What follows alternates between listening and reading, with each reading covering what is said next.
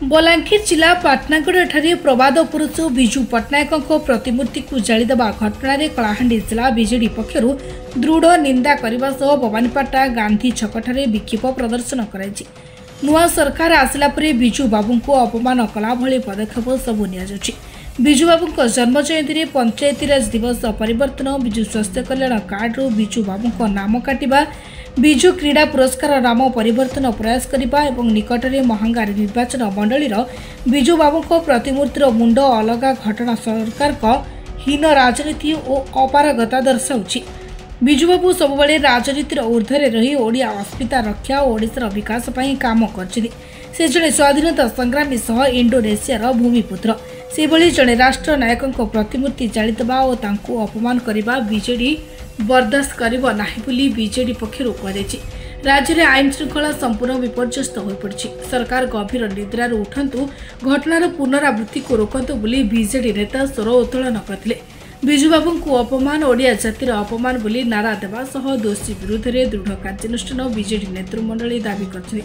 खोद उप मुख्यमंत्री कनकवर्धन सिंहदेव अंचल में कुत्सित घटना एक राजनीतिक षड्यंत्र होइपारे बोली कलाहांडी बीजेडी अभियोग करछि।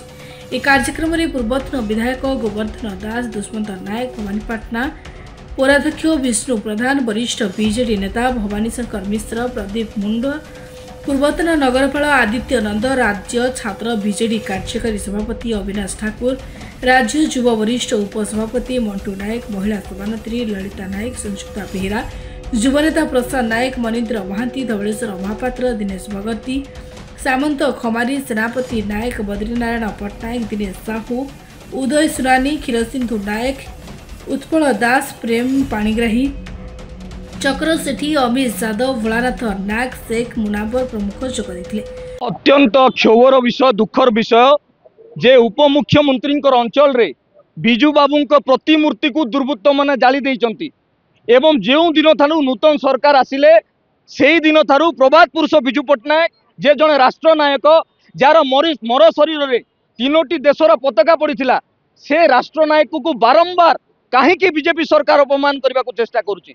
लॉ एंड ऑर्डर सिचुएशन आज कुआड़े गला कहीं दुर्वृत्त मैंने एपर्यंत धरा पड़ पारि नाहंती एवं विजु बाबू को एपरी करवा ओडिया जाति को अपमान करवा विजु बाबूंकर अपमान ओडियात्वर अपमान एवं जो कथा कहीकि बीजेपी सरकार आसी जे ओडिया अस्मिता कथा आज ओडिया अस्मिता को सेमाने कुठारघात करुचंती।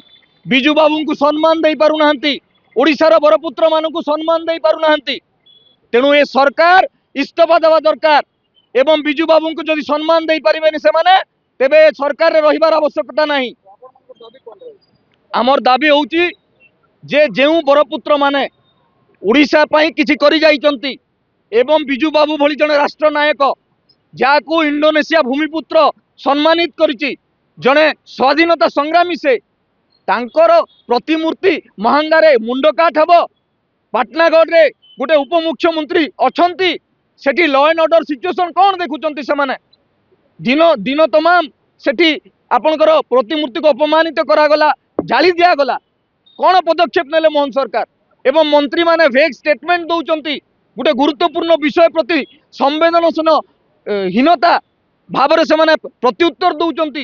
तेणु मोहन माझी सरकार गुरुत्व सहित चिंता करने कथा जे जो बरपत्र मानकर ओडिशा प्रति अवदान अच्छी विजु बाबूंकर अवदान अच्छी तांकु सम्मान केमती दियाहब से माने पंचायतराज दिवस को आपण माने जानिथिबे राजनीति करके विजु बाबूंकर जयंती रे पड़ुथले ताकू भी उठेई देले विजु क्रीड़ा पुरस्कार ताकू परिवर्तन करबा पई षड्यंत्र कले।